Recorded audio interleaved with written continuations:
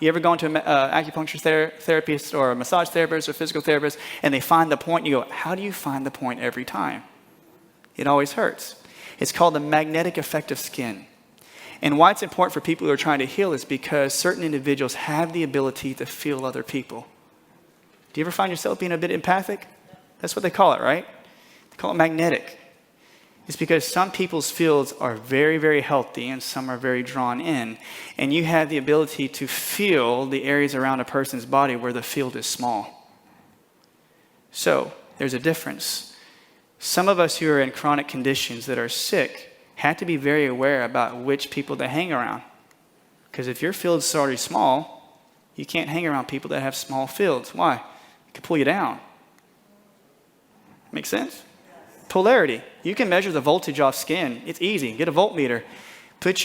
Stand on something with a lot of static and just measure your skin. See what the voltage is. Then get on a grounding pad and do it.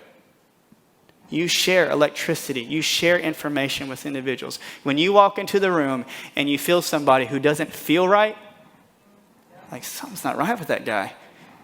Don't be pointing fingers, people. Throw your point back at you. No, but when you feel that, why? It's not, you're not blaming blame. The thing is that your field may have a different frequency. Why do you hang out with the people you hang out with? Because they're on the same range as you. They don't pull you up. They don't pull you down. Now, there are people that amplify you. If you're in a relationship, or you're married, or have a boyfriend or girlfriend, hopefully they amplify you. You don't want to get around people when you're sick, I tell my patients, that make you feel like you have to pull them along. Or people who feel like you're like, I got to hold them back because they're making me manic. That's the importance of the body's electrical system. That's the difference when we are going in to talk about acupuncture, Chinese medicine. Now, if you study acupuncture and Chinese medicine, there are different pathways. They're called meridians. Meridians are basically electrical highways. That's all they are. They are named after the organs they pass near. And there's 12 of them, guys, okay? So think about this. You have electricity, and Dr. Ass was talking about chi. Chi is information. Chi is the bioenergetic source that runs through your body that creates waves, creates these fields around your body. And there's 12 main highways in your body, give or take 2. They're called the governing and the conception vessel.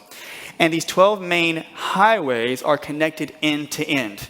One highway connects to the next. So there's 12 of them. You guys follow me? Right? So there's 24 hours in the day.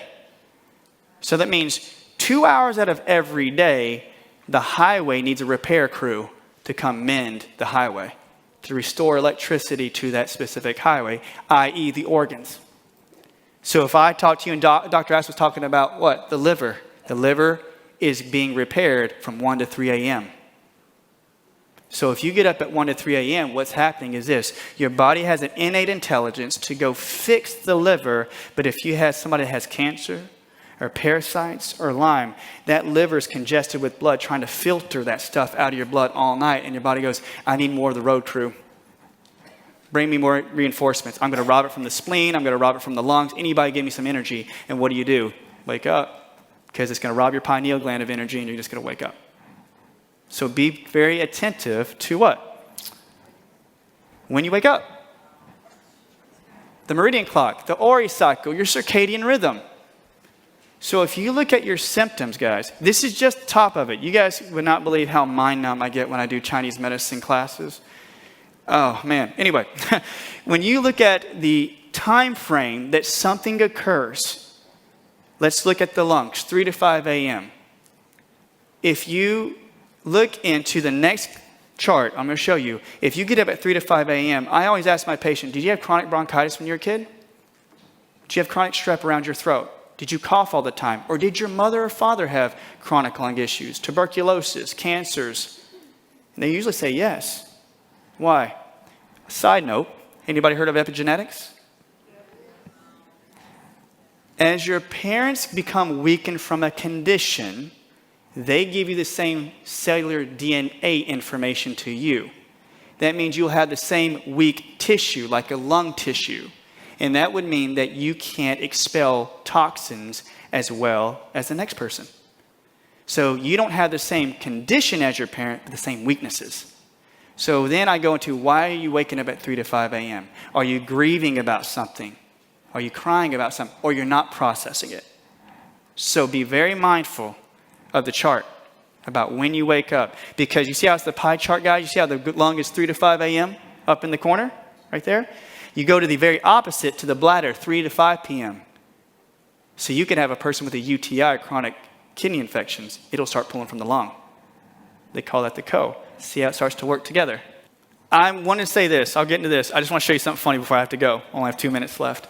But remember, if we're talking about a field, remember, emotions are not just thoughts. They're just something in the air. They don't affect you. They literally have physical matter. They create physical matter. And so the thoughts and the emotions of others can impact you in a physical way. So be aware of it. All right, guys? Find the emotion. Find the dates and times when you wake up in the middle of the night or you have a problem or symptom. Try to find the original source. People ask me, what would I do to help with these situations after all of it? I always find that if you open up the electrical flow and you open up the blood flow to the organs involved, I say through acupuncture, kinesiology, you don't have to depend on anybody else. I'm saying that if you can find the avenue to start opening up that connectivity to the organ will heal on its own. You will heal on your own. You won't need somebody to tell you all the time what to do.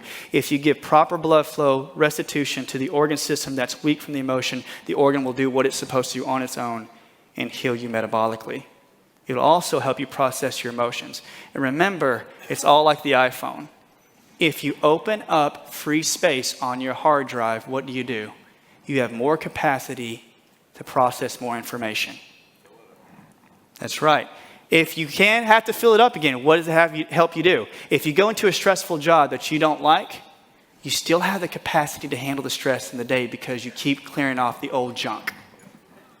And it makes you more aware to create a better filter to find out what's really bothering you. We get so numbed because we have too many apps running. Again, be present. Dr. Ass was talking about it. Be present. Follow the examples about cleaning up your digestion, cleaning up your diet, because everything that's made in the gut feeds your brain. Probiotics, I'm out of time. But I want to say this. I always tell individuals, good fish oils, good probiotics. Find a person who uniquely knows you. Why? Because if you get supplements and ratioed out to physically fit your methylation, your liver detoxification program, you detoxify properly and your emotions will heal.